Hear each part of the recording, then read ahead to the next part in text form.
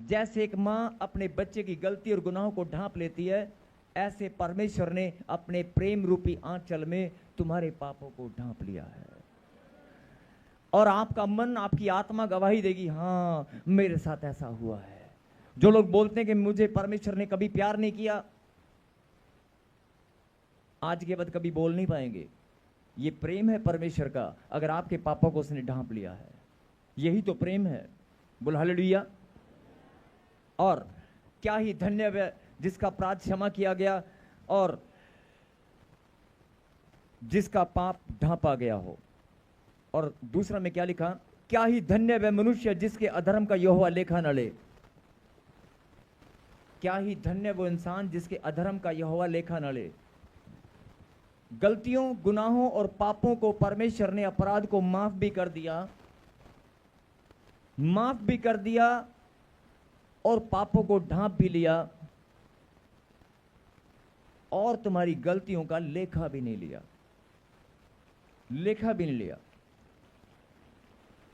अगर लेखा लेने लगे तुम्हारे अधर्म का, अगर परमेश्वर लेखा लेने लगे, एक इंसान भी उसके सामने खड़े होने के योग्य नहीं है। अभी बहुत सारे लोग अगर किसी से पैसे मांगने हो ना, उधार पैसे दिए हो तो याद रहता है, हाँ मैंने तुझे दिए थे। लेखा लेना याद रहता है, हाँ मैंने तुझे पैसे दिए थे, तुझसे लेने हैं, तुझसे देने हैं, तुझे लेने के देने हैं, सब याद रहता है। क्या परमेश्वर को याद नहीं है? लेकिन उसने कहा कि तुम्हारे अधर्म का मैं लेखा नहीं लूंगा। अगर मैंने अपना प्यार तुझे दिखाया है, अगर तुझे अपना बेटा होने का अधिकार दिया है, अगर तुझे मैंने ग्रहण किया है, तूने मुझे ग्रहण किया तो मैंने तुझे ग्रहण किया। अगर मैंने तुझे ग्रहण किया है तो जा, तूने मेरे बलिदान पर जब भरोसा किया, तूने मेरे लहू बहाने और कोड़े खाने पर जब तूने भरोसा किया, मैंने तेरे अपराधों को माफ कर दिया, क्षमा प्राप्ति की आशीष तुझे दी, पाप क्षमा की आशीष तुझे दी और तेरे अपराधों को मैंने क्षमा कर दिया, तेरे अपराधों को माफ कर दिया और तेरे अपराधों को माफ करने के बाद तेरे पापों को मैंने ढांप भी लिया है। कोई भी तुझ पर उंगली उठाने नहीं पाएगा कि ये बहन गंदा था, ये भाई गंदी थी। आप समझ रहे हो? ये भाई गंदा था, ये बहन गंदी है। कोई भी तुझ पर उंगली उठाने नहीं पाएगा। कोई भी अक्षरों में टेढ़ा मेढ़ा भी बोल नहीं पाएगा। कोई भी शब्दों में भी आपको टेढ़ा मेढ़ा बोल नहीं पाएगा। अभी मैंने जैसे टेढ़ा मेढ़ा बोल के दिखाया ना, कई लोगों को लगा शायद प्रॉफिट जी ने जान के बोल दिया। जान के नहीं बोला, बोल के दिखाया आपको। शब्दों में भी कोई टेढ़ा मेढ़ा बोल नहीं पाएगा। गाली गलौज और भद्दे शब्द तो बहुत दूर की बात है। बोल हालेलुया। ध्यान से सुने। क्षमा प्राप्ति की आशीष दी, तुम्हारे अपराधों को क्षमा कर दिया और तुम्हारे पापों को ढांप लिया, तुम्हारी नामधराई को दूर किया और तुम्हारे अधर्म का लेखा भी नहीं लिया। ऐसा प्रेम करने वाला परमेश्वर तुम्हारे अधर्म का लेखा भी नहीं लूंगा। आज तुम्हें अगर किसी के पैसे लेने हो, किसी के पैसे देने हो, तुम्हें याद रहता है, परमेश्वर बोलता है मैंने अगर कांटा मार दिया तो वो दोबारा कभी नहीं। अगर एक बार माफ कर दिया तो जीवन भर तुम्हारे अधर्म का लेखा मैं कभी नहीं लूंगा। ऐसा प्यार करने वाला परमेश्वर है। बोला हालेलुया। और अगर आपके पास ऐसा परमेश्वर है तो आप धन्य हैं। अगर ऐसे परमेश्वर के संतान आप हैं तो आप धन्य हैं। और उस परम पिता परमेश्वर के लिए, जिसने आपके अपराधों को माफ किया, जिसने आपके पापों को ढांप लिया, जिसने आपके अधर्म का लेखा नहीं लिया, उसके लिए 5 मिनट आप बैठकर धन्यवाद नहीं कर सकते। उस परम पिता परमेश्वर के लिए दिन हो या रात, आंधी हो तूफान, ठंड हो या कैसा भी मौसम हो, आप लोग 5 मिनट बैठकर दिल खोलकर उसको महिमा नहीं दे सकते। जिसने तुम्हारे अपराधों को क्षमा किया, जिसने तुम्हारे पापों को ढांप लिया, जिसने क्षमा प्राप्ति की आशीष तुम्हें दी और जिस परमपिता परमेश्वर ने तुम्हारे अधर्म का लेखा नहीं लिया। बोल हालेलुया। ऐसे परमेश्वर के लिए, उस परमपिता परमेश्वर के लिए क्या तुम एक ताली जोर से नहीं बजा सकते? ऐसे परमेश्वर के लिए क्या तुम दिल खोलकर हालेलुया नहीं बोल सकते? उस महान परमेश्वर के लिए जिसने तुम्हारे गुनाहों को माफ किया, जिसने तुम्हें चंगाई दी, तुम्हारी सहायता की, तुम्हें धन दौलत मान सम्मान दिया।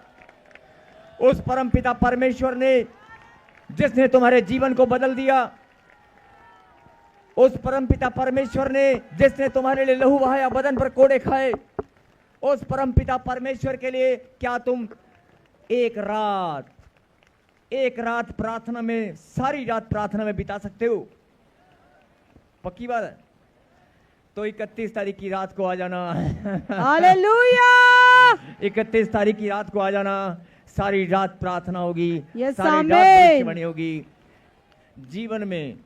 जीवन में साल भर में एक रात आप प्रार्थना में बिता सकते हैं। ठंड हो या बारिश, आंधी हो या तूफान, ऐसे महान परमेश्वर के लिए क्या आप अपने कदमों को निकाल सकते हैं? धन्य है तू, धन्य है तू, धन्य हो तुम। और सुनो, ये कलीसिया जो खुदा के कलाम को सुनती है और अपने दिल के अंदर स्थिरता के साथ ग्रहण करती है, इस कलीसिया को परमेश्वर बहुत प्यार करता है। और परमेश्वर ने कहा कि कलीसिया मेरी देह और अंग है, तुम मेरे शरीर का हिस्सा हो, मैं तुम्हें ठंड लगने नहीं दूंगा। अगर तुम मेरे शरीर का हिस्सा हो तो मैं चोट लगने नहीं दूंगा। अपने शरीर का ध्यान होता है ना, उंगलियां चोट ना लगे, ओ होता ना, होता नहीं, करंट ना लगे जाए, होता ना ध्यान। परमेश्वर बोलता है अगर तू मेरे शरीर का हिस्सा है, अगर तू मेरे शरीर का हिस्सा है, कलीसिया मेरी देह और अंग है, तो मैं तुझे दर्द, पीड़ाएं, बीमारी, दुख, तकलीफ, टेंशन कैसे दे सकता हूं? Hallelujah. How it is possible? मैं नहीं दे सकता। मैं तो प्रेम, आनंद, खुशियां, चंगाई, बढ़ोतरी, कामयाबी, सफलता, मान, सम्मान, धन, दौलत, संतान, सब कुछ देने वाला परमेश्वर हूं। बोलो आमीन। आमीन। जिनको आज ये बात समझ में आ चुकी है कि ऐसा महान परमेश्वर जिसने मेरे लिए अपने आप को कुर्बान किया, जिसने मुझे बढ़ाने के लिए, मुझे उठाने के लिए, मुझे चमकाने के लिए अपने लहू का कतरा कतरा बहा दिया। बोल हालेलुया। और जो उसके बलिदान के महत्व को जानते हैं, जो उसके बलिदान के महत्व को जानते हैं, वो सच्चा प्रेम करने वाले उसके बच्चे हैं। यस आमीन। और मैं आप सबसे विनती करता हूं कि आज से जब आप प्रार्थना करें, अपना निकम्मापन, अपना आलसपन कैलकुलेट करें कि मैंने कितना निकम्मापन, कितना आलसपन दिखाया है। तो आज से आप, मैंने कहा था ना कि जो फैसला करेंगे, तुम्हारा फैसला तुम्हारा प्रतिफल ला कर देगा। आमीन। आपका फैसला आपको प्रतिफल देगा। बोलो आमीन। आमीन। और एक बड़ी सुंदर लाइन परमेश्वर आपको बताना चाहते हैं। आप सुनने के लिए तैयार हैं? आप सुनने के लिए तैयार हैं? यस। बहुत सारे लोग सोचते होंगे कि मैं इतनी ठंड में, इतनी रात को, इतनी दूर यहां क्यों बैठा हूं। क्या आप सुनना चाहते हैं? मैं इतनी दूर, चर्च तो मेरे घर के पास भी है, पास्टर प्रभु के दास भी बहुत हैं, मैं इतनी दूर यहां पर कैसे आता हूं, क्या करने आता हूं, मैं बैठा कैसे हूं, किसने मुझे पकड़ कर बिठा रखा है, किसके प्यार ने मुझे यहां खींच कर बुलाया है। कोई तो है, कोई तो है। सब कहें वो है, वो है, वो है, वो है, जिसने मुझे खींच कर बुलाया है, खींच कर बुलाया है। कहें आमीन। आमीन। आप जानना चाहते हैं? आप जानना चाहते हैं? और एक और बात ध्यान से सुने, जिनको लगता है कि हम बीमार हैं और हमारी प्रार्थना नहीं होती, मेरा बच्चा बीमार है, मेरे पापा बीमार हैं, प्रॉफिट जी हाथ रख दें, प्रॉफिट जी ये कर दें, हाथ रखने की भी जरूरत नहीं पड़ेगी। अगर खुदा की आवाज को तूने सुनकर अपने दिल में ग्रहण कर लिया, जो लोग कर्जे में, बीमारी में, टेंशनों में है, कोई टेंशन नहीं होगी। तेरे जीवन में खुशियां और खुशियां और खुशियां। जब कलीसिया वचन में बढ़ती है ना, जब कलीसिया वचन और ज्ञान और समझ में बढ़ती है, लिखा मेरी बहुत सारे लोग ज्ञान के कारण नाश होते हैं। जब कलीसिया ज्ञान में, समझ में, परमेश्वर के ज्ञान में बढ़ती है ना, तो परमेश्वर को सबसे ज्यादा आनंद आता है। निकालें प्रभु के कलाम से, जल्दी से निकालें यशायाह नबी की किताब। घबराओ मत, बहुत सारे लोग घबरा रहे होंगे।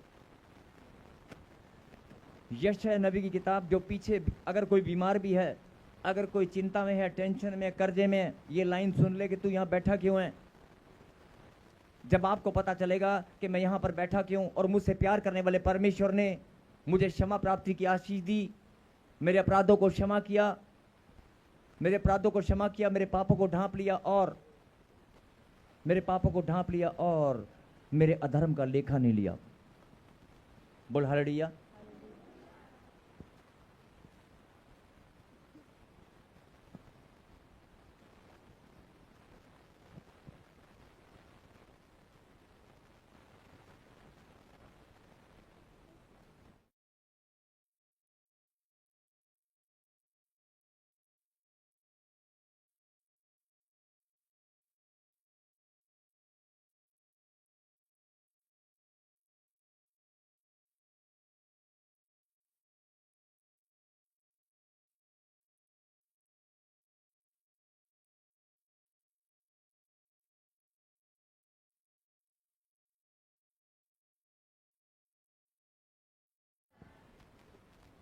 बैठ जाएं अपने स्थान पर प्लीज और सुने ध्यान से।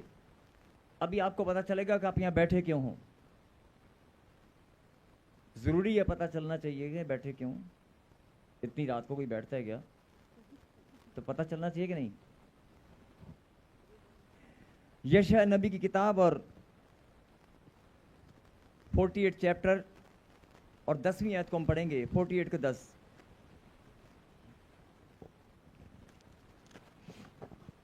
हालेलुया। देख, मैंने तुझे निर्मल तो किया, परंतु चांदी के समान नहीं। मैंने दुख की भट्टी में परख कर तुझे चुन लिया है। बोला हालेलुया। हालेलुया।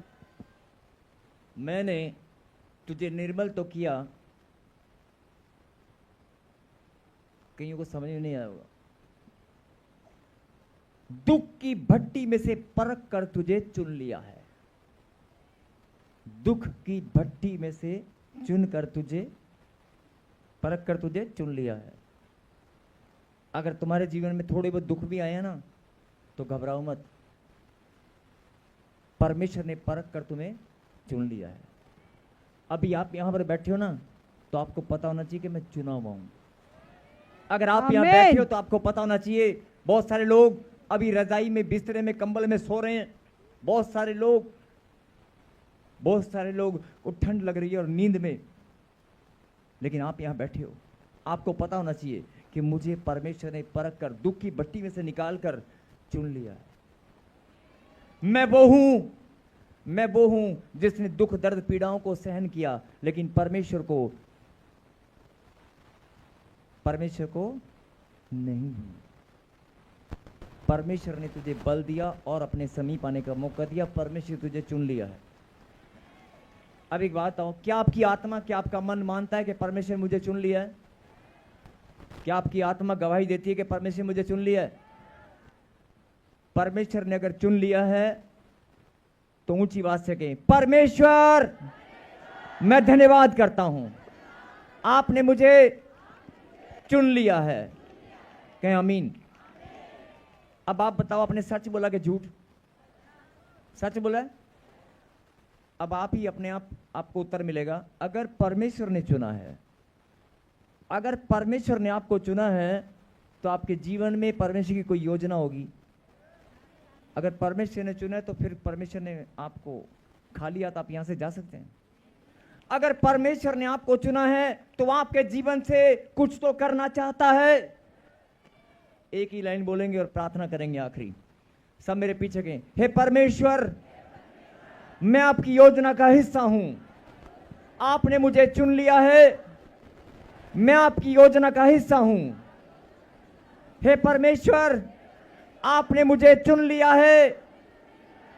फिर से कहें, हे परमेश्वर, आपने मुझे चुन लिया है, मैं आपकी योजना का हिस्सा हूं। आपकी योजना मेरे जीवन में फलवंत होने पाए, ये यीशु के नाम में, आमीन। जितने लोग आज से ऐसे प्रार्थना करेंगे कि परमेश्वर तूने मुझे चुना है और तूने मुझे चुना है और मैं आपकी योजना का हिस्सा हूं और मैं आपकी योजना का हिस्सा हूं और मेरे जीवन में आपकी योजना पूरी होकर रहेगी। आज से जितने लोग ऐसे प्रार्थना करेंगे वो अपने जीवन में आशीषों को फलवंत होते देखेंगे। इट्स अ प्रोफेसी, ये आमीन। भविष्यवाणी है। अपनी आंखों को बंद करें। सर्वशक्तिमान परमपिता परमेश्वर, जिन बच्चों ने प्रभु जी आपके कलाम को सुनकर शिक्षा को ग्रहण किया, जिन्होंने आज इस बात पर प्रभु जी ईमान रखा और धन्यवाद किया कि प्रभु मैं धन्य हूँ। मेरे पिता, जिनके मन, जिनकी आत्माएं अपने आप को आज जान चुकी हैं कि प्रभु ने मुझे चुना है, परमेश्वर ने मुझे लाखों की भीड़ में से चुना है, मैं धन्य हूँ। कहीं आमीन। मेरे पिता, जिनके मन में प्रभु जी आज बड़ी खुशी और आनंद है, जिनको ये विश्वास है कि परमेश्वर ने मुझे चुन लिया है और मैं परमेश्वर की योजना का हिस्सा हूँ। मेरे खुदा, सच में प्रभु जी आपकी योजना हम सबके जीवन में पूरी होने पाए। और मेरे पिता, मैं धन्यवाद करता हूँ कि आपने हम सब के अपराधों को क्षमा किया और हमारे पापों को ढांप लिया और हमारे अधर्म का आपने लेखा नहीं लिया। धन्यवाद पिता परमेश्वर, इन बच्चों के आत्मा में कपट नहीं है। मेरे पिता, ये सच में आपके बच्चे हैं और प्रभु जी आपसे प्यार करने वाले आपके बेटे और बेटियां हैं। और जिसने इनके जीवन में, इनके शरीर में घुसकर नकली की योजना बना रखी है, उसे मैं डांटता हूं और कमांड करता हूं यीशु मसीह नासरी के नाम से, परमेश्वर की योजना हमारे जीवन में पूरी होगी। आमीन। ये बच्चे परमेश्वर की योजना का हिस्सा हैं। आमीन। शैतान, तेरी योजना फ्लॉप हो चुकी है। आमीन। बहुत सारे शरीर में, सुनेंगे ध्यान से, पीछे वाले, दाएं वाले, बाएं वाले, ऑनलाइन वाले, बहुत सारे शरीर में, बहुत सारे जीवन में, बहुत सारे लोगों के जीवन में और शरीर में बीमारियां, कर्जा, बांझपन घुस कर बैठा है और अपनी योजना बनाकर बैठा है कि मैं बांझपन इसके जीवन में घुसकर इसको बांझ ही बनाकर रखूंगा, इसका नाश करूंगा। और बहुत सारे लोगों के जीवन में कर्जे ने अपनी योजना बनाई है, शैतान ने अपनी योजना बनाई है कि इसको कर्जे में डालकर मार दूंगा। ऐसे बहुत सारे लोगों के जीवन में शैतान ने अपनी योजना बना रखी है।